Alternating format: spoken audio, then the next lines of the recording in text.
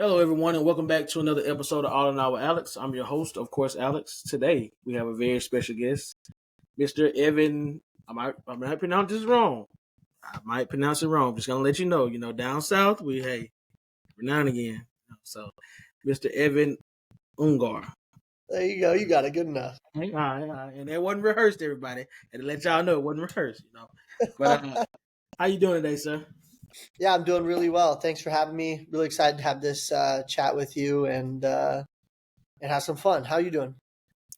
I'm doing well. I can't complain. Pretty blessed. So I'm here. I'm able to have this podcast with you today. So I feel like I'm doing as best as I can be. That's awesome.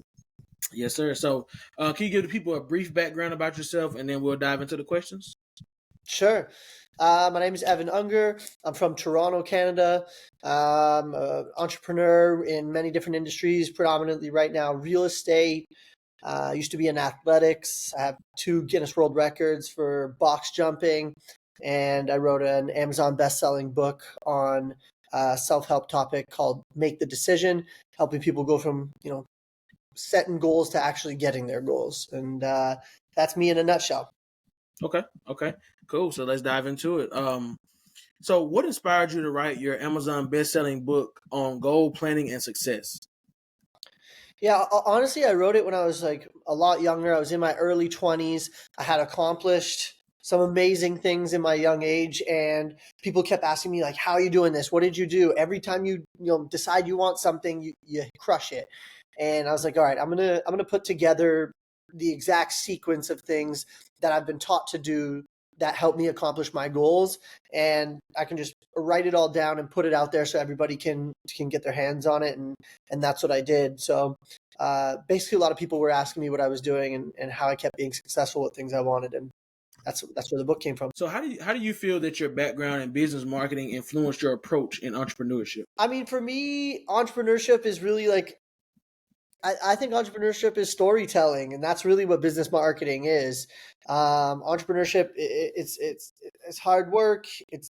It takes a lot of discipline, but the marketing side is really where you like tell the story of your business, and I feel like along the way I've done that really really well, and people really buy into what I'm doing and why I'm doing it, and so it's definitely helped my businesses flourish, and people see the same vision that I have. So can you share the story behind your transition into real estate and how you built your portfolio across 7 cities in Ontario?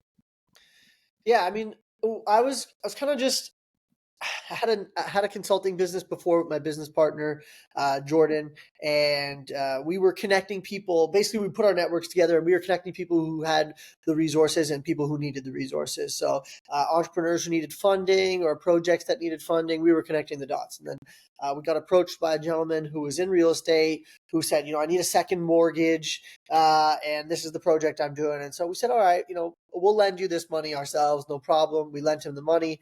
And then we were thinking, like, how is this guy making profit with the money we've given him when the interest rate was so high? And so we said, okay, you got to show us what you're doing. So we did a few projects with him, and then basically from there we said, you know what, I think we can systematize this and we can do this on our own. And basically went off on our own and started building out this empire of properties across Ontario. So what are some key strategies, without giving away too much, that you use for successful real estate acquisitions?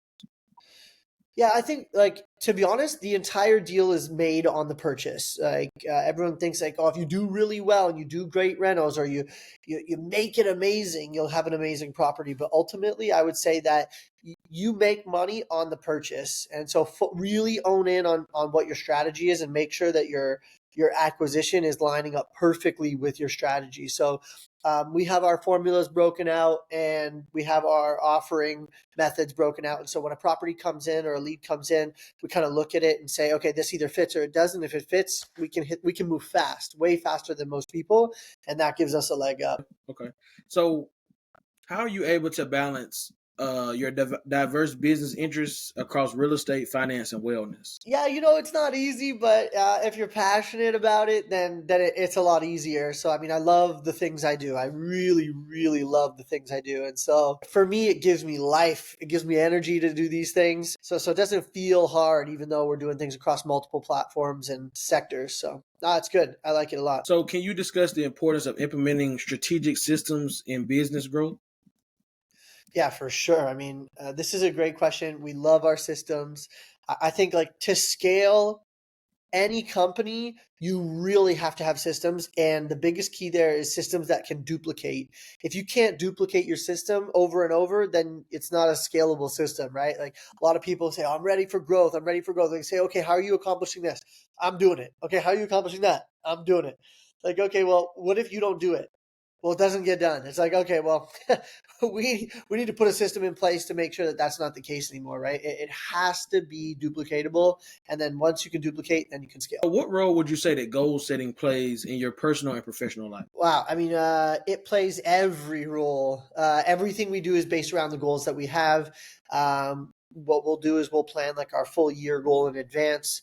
We'll make a really ambitious goal, one that kind of makes us nervous, like, holy crap, how are we going to hit that? And then, like, are you sure we're going to be able to get there? And then from there, we'll break it back down backwards. So we'll set our annual goals, or even our 5-year goals, and we'll break those back down into annual and then quarterly and monthly and weekly goals, and we'll see what we have to do. So we basically don't do anything unless it aligns with those goals. And that's really where you should be, right? Part of that is a system, part of that is a strategy. But it works. It allows you to really focus on the big picture while breaking it down and working in the day to day as well. I like that. So, how do you approach building and maintaining lasting connections in business? Because we all know, connections, relationships are everything. Yeah, I mean, we take pride in the network that we've built. I love talking to people. I talk to everybody, like everybody everywhere. I love talking to people, but keeping that connection is not an easy thing, and so you really have to prioritize making sure to be social and provide value, and that's part of what we talk about a lot too. Is it's not always just about like keeping the connection. It's really about continuously bringing value to that connection. And so we always try and provide value to anybody who we're networking and working alongside with.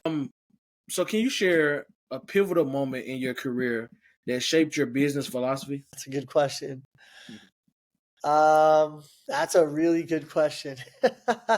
There's so many, right? Like I look back and I think of some of the most amazing things we've accomplished and how it shaped us. And I also think of like some of the craziest things we've been through and how it's helped us refocus and not make bigger mistakes when we get to the scale we're at now and the scale we're going to be, right? Uh-huh.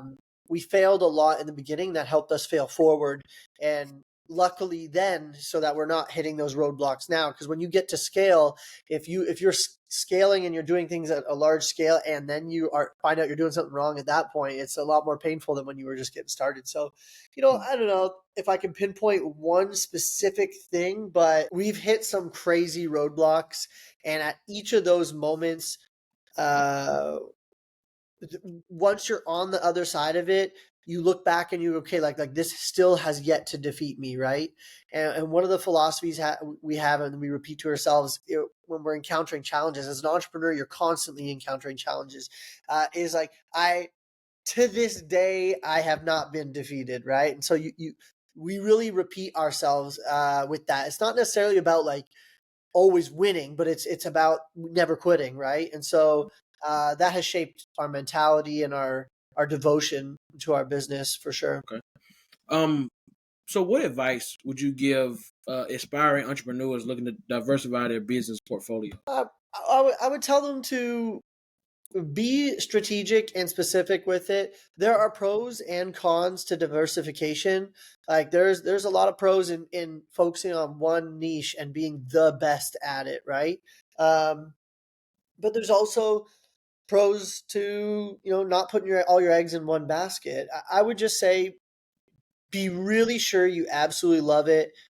Be laser focused, set your goals out, and have either great partners or great mentorship or both. How do you so with everything that you have going on, how do you stay motivated and focused while managing multiple business ventures? Yeah, you got to know your why, right? Like, you got to know why you're getting up in the morning every day to do it. A lot of people say, "Oh, I want to be a millionaire. I want to make $10 million or have a private jet." It's like, yeah, those things are coming, but ultimately, they won't get you out of bed in the morning. It's like money is just a vehicle to something else. So knowing what that something else is and making sure it means a lot, that will get you up in front of your alarm clock. That'll wake you up in the morning before any sound or the sun rises and get you moving. So make sure you know your why and keep that really close and consistently remind yourself of it. So, can you discuss the challenges and rewards of expanding a real estate portfolio across multiple cities? Challenges and rewards across all cities. I would say the challenge is you need to duplicate your team over and over, right? Like when you're in one city, you build your team out there. You have your local people who are doing everything, managing, constructing, etc. When you go to a new city, although we're remote, you still have to build out a local team of people that you trust and that know you and know what you're looking for. And so, I would say the reward is that you can scale your business. And in this day and age, technology is a beautiful thing, but the challenge is definitely having to build a new power team in each city that you go to. So, what would you say are some common misconceptions about goal planning that you address in your book? I think a lot of people think goal planning is just like picking something and then going for it, which is like, um, you know, I was chatting with a student not long ago, and what is your goal? He's like, well, I want this car. I said, cool, what color? And he couldn't answer it. He's like, I don't know, probably black. I said, all right, well, like, what do the tires look like? What color are the seats? Like, what color are the lights on the inside of the car? And like, none of these answers could be there. And so I think a common misconception is people think they want something, but they really don't know what they want and when they want it. And that is so crucial to goal planning. So you should be able to describe it down to the most minute detail. You should be able to know what it smells like, feels like, tastes like, and you should know when you want to achieve it. Like a goal without a deadline is really just like some kind of dream, right? You need to pick a deadline. You need to know exactly what it is, and you need to live inside of that vision of having it already, and then break it down backwards and go achieve it. I agree. I like that. So you got to visualize what you truly want, and then set a date on when you plan on getting it, so you can. That's right. And Yeah, then live in the mentality of already having it. So like, it's really important you manifesting that and speaking it like in reality in current terms, present terms. I'm so happy and grateful now that I blank have that car with that, or have time freedom, which looks like 10 hours a day where I get to choose what I want to do instead of working for someone else. Like, these are the things you need to be really specific on. Yeah, those. Yeah, I'm big on positive thoughts bring positive outcomes. And positive affirmations and things like that, because the tongue is a powerful thing, just like words are. So you can speak something into existence, whether it's good or bad. If you repeat it enough and things like that. So that's part of the reason that I came up with a lot of the merchandise. I actually just came up with some merchandise for my for this podcast that has different positive affirmations, just things that I just came up with off the top of my head, and I just created them into a merch line where people can buy shirts and hoodies and things like that. So I love it. What's an example that's on one of the merch that you have? So an example on one of them is like one of them I put my me time is necessary. Because everybody needs that me time, because if you don't Yeah, get it, it's almost that me time sometimes help people from going insane. for Um, sure.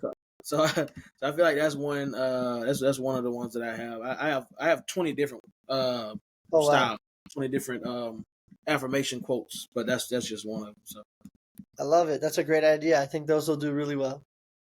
that's the plan. That's the plan. So yes, enough about me. So how do you approach risk management in your various business ventures?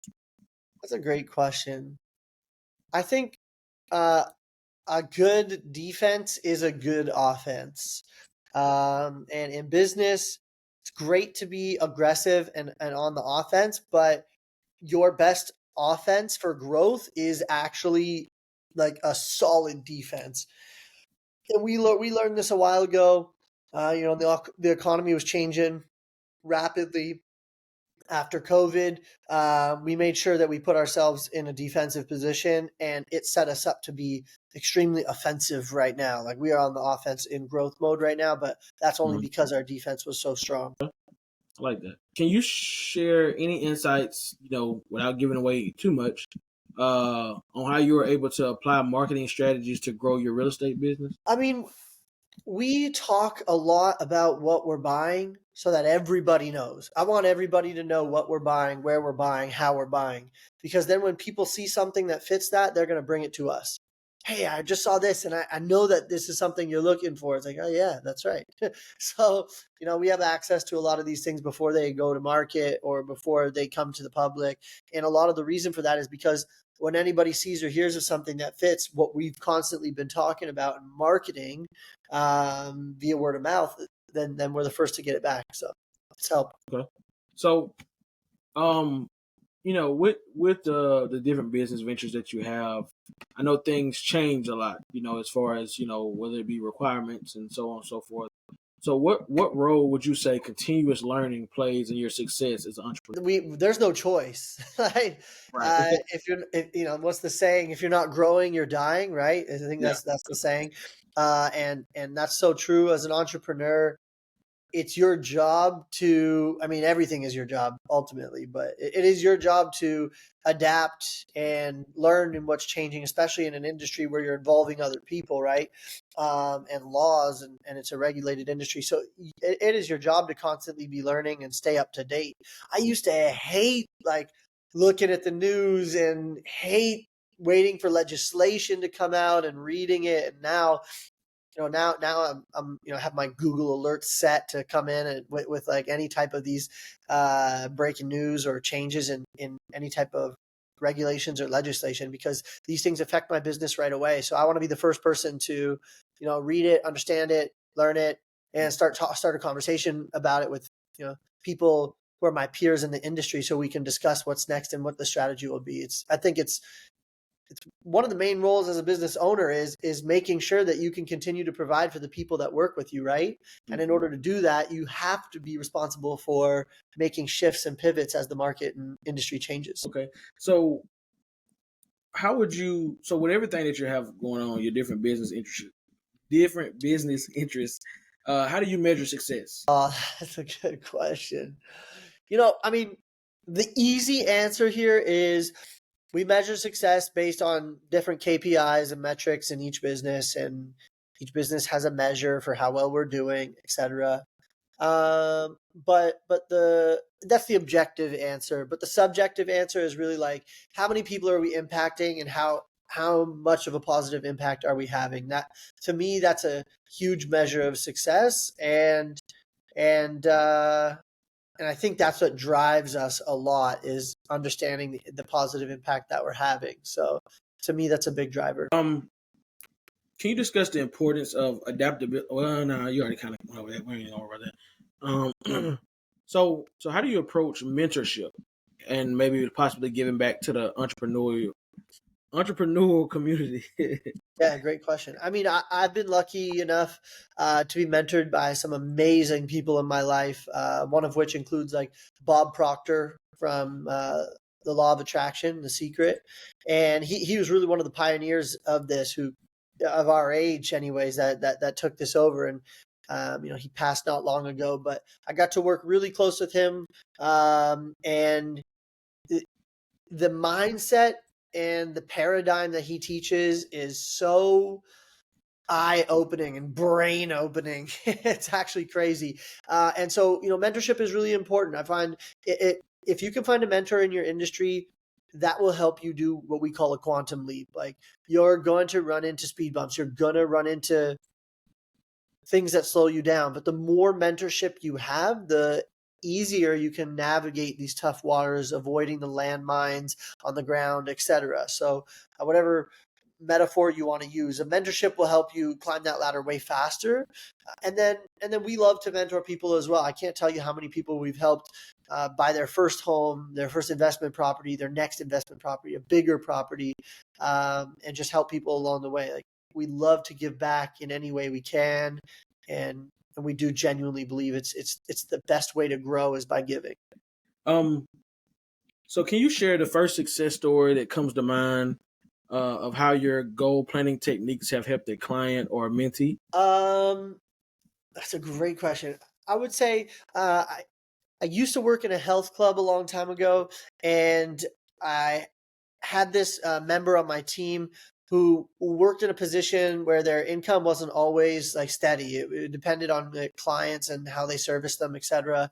And they were like, "Oh man, I'm not gonna be able to buy a house for like 6, 7, 8 years, whatever their vision had been." And I sat down with them and I was like, "All right, listen, like I can show you how to be in a home and own it within the next 6 months." And we sat down, showed them like the way to goal plan is, let's break out your goal. Let's see what it looks like. Let's work it backwards. Let's put the time frame with it. Let's plan it all out. We did that. We made a really solid path, and they executed it, and they were in their first house within 6 months. And so we 10x the speed that it took them. They were thinking, 6 years, and we did it in 6 months. So it was amazing. I like that. I mean, that's a big, a big change. Thinking it's going to take Huge. 6 years and being able to do it in 6 months is, kind of insane. So, It's the um, power of knowing what you want and then making a plan to have it, right? It's so many people just don't know the path to get to what they want, but it's really, they just don't know exactly what they want. And if they can narrow it down, like I said, like what color is the car, what color are the rims, what do the tires look like, what does the car smell like? Like, I'm just using car as an example. It's easy to relate to, but if you can give all those details and then tell me when you want it by, that vision really becomes a manifestation. And then the when will actually create the path for you. And so, anything is possible. Anything is possible. I remember Bob Proctor telling a story about how, one day he decided, I'm going to make $1 million before I get up from my kitchen table. And he sat down and he built a seminar, and he called every single person in his Rolodex at the time, he says, and he did not leave his table until it was, I don't know, whatever time at night. But by the last call he made that night, he had sold $1 million worth of tickets to his seminar, and off he went. And that was a testament to his theory and his belief as well. so with everything that you've done as far as the different things across your business, you writing your book, how do you feel all that? Because me, I'm an entrepreneur as well, so it's certain things that entrepreneurs go through that people don't understand if they haven't ever been an entrepreneur. Um, so can you explain some of the things you deal with that affect your mental health? I would say that you have to overcome. You don't necessarily have to give examples, but just talk about some of the things that you went through, or maybe sometimes how you have felt and how you were able to overcome those certain I things. mean, this is an important topic. I would say the majority of people will never understand this. And social media plays a really dangerous game by highlighting all of the amazing things that people do, and especially in entrepreneurship, right? You don't have a lot of entrepreneurs that are highlighting their failures. And so, as an outsider looking in, it's sunshine and rainbows, right? On the inside of an entrepreneur's mind and what they're experiencing on a day-to-day basis is crazy, and you'll never see the trials and tribulations. You'll really only see the successes on social media. And we've been through some crazy scenarios. Like, I won't even begin to get into them, but like, yeah, I mean, it comes with being stressed, it comes with being anxious, it comes with sleepless nights, it comes with arguing with your family members and spending less time with the people you love because you have such a deep vision for what you want to achieve, right? And these things weigh on you like really, really heavy. It takes crazy discipline to push through some of the darker times, sometimes that are darker than you ever imagined you'd be in, right? And you either stop and give up and move on to the next thing, or you push through it. And I loved Eric Thomas. I don't know if you know who Eric Thomas is, but he's a motivational speaker too. And he used to say, like, you're in the fire. You're in the fire. Like, you're already being burned. You're already in the fire. You're gonna like run back now or go through it, right? And it's like the amount of discipline that an entrepreneur has to make it through that fire is huge. And I think there's a few things that contribute to it. One, like I said earlier, like knowing your deep why as to why you do things, that's going to help push you through. Two, like I also mentioned earlier, is really loving what you do. Makes it a lot easier when you hit those hard times.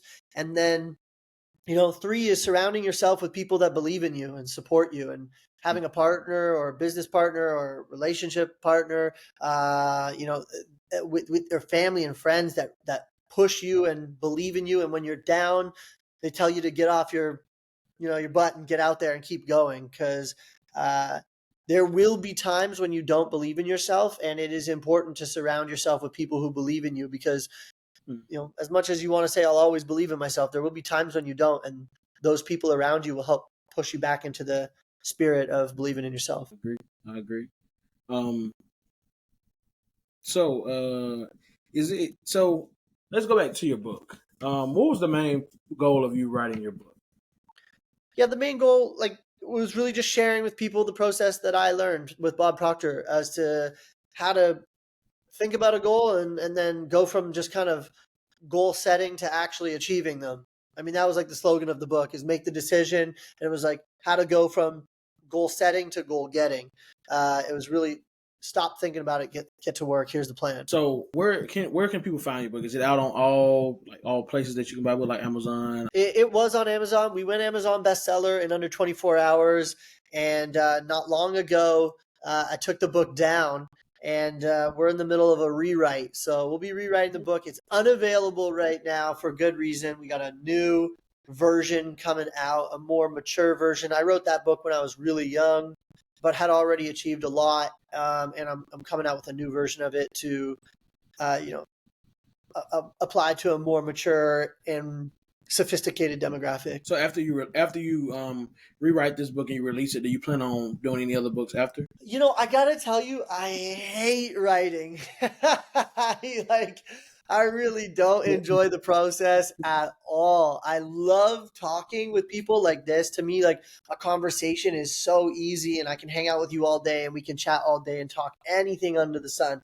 But to sit down with myself and put my thoughts on paper and then organize them and craft them is so tedious. So no, I can't say after this next one that I plan to write anymore, but I enjoy the end result of it. So perhaps if I had someone who was helping me, then I'd be more inclined to do another one. Yeah, I mean, people that write books, I feel like to write a book, you have to be a super introvert, like somebody that just don't like people. Yeah. Like, cause I don't know, I feel like the people that are more people's persons, they can't write a book. They can't sit there and zone out and just do That's it. But right. it's like the people that really just don't like people anyway, just I'll go out. I don't prefer people, but I'll go out. But they can focus more and they can actually do it. I mean, I probably can do it too if I took the time. But man, you should. It was a good experience. You really learn quickly what you really want to talk about or write about, because once you hit on something and you're like, oh, I really like this topic, you actually write way more fluid. But when you get to the topic that you're like, this needs to be there, but it's just not my favorite, you see how quickly you get held up. But the way I did it was a little different. Had a good friend of mine, Amy, and she was I just had an amazing conversation with her, and she was so good at pulling my thoughts out. And so, I think a couple times a week we would go to the water and we would watch the sunrise early. I had to meet her at 5:30 in the morning. It was crazy. And she was like, you must be here at this time. And I was all right. So I would get there. We would, put my phone down on audio record, and we would just talk. And she would ask me questions, and she would say, here's the topic or I would tell her, here's the topic for the day. This is what the chapter's about. And then she would just hit me with questions, and I would answer them. And she'd be like, well, why that? Why not this instead? And it would create this beautiful conversation. And then I would take the recording back. I'd listen to it. I would annotate it and take notes on it, and then that would form the basis of the information in the chapter. So it was more fun for me that way. Yeah, I like that. That's a different way of doing it, because now you're not so focused on, hey, I'm writing this book. You're so focused on, like, hey, we're going to have a conversation. Here's going to be the topic that we're going to focus the conversation on. That's And then right. wherever it goes, it goes. And then you just take all that conversation and then you can form it into a book, because you already have everything that you need. So That's right. I like that. I like that.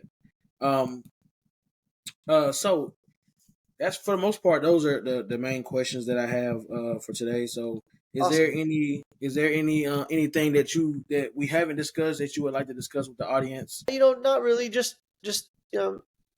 get out there and do it. That's really what it is. I think that so many people talk about it, think about it, dream about it, but they don't just do it. And if you're listening and you're thinking about something, right, just make that decision and get started. You really don't know. You don't need to know how you're going to get to the top of the staircase.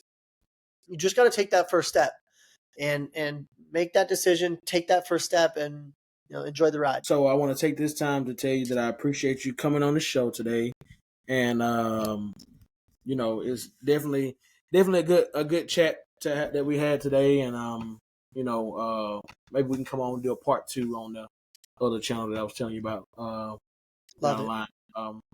So definitely I appreciate you coming on today. Everybody that's watching, you guys, go to the description. You'll see all of Evan's email. His contact information or his social media or whatever that he has will be down there in the description. So you guys Awesome. go, follow him, support him, and just go comment on this stuff and ask him, hey man, when's the rewrite coming out? You know what I mean? There you go. There you go. Yeah, Yeah, well, go do Alex, his thanks thing. for having me.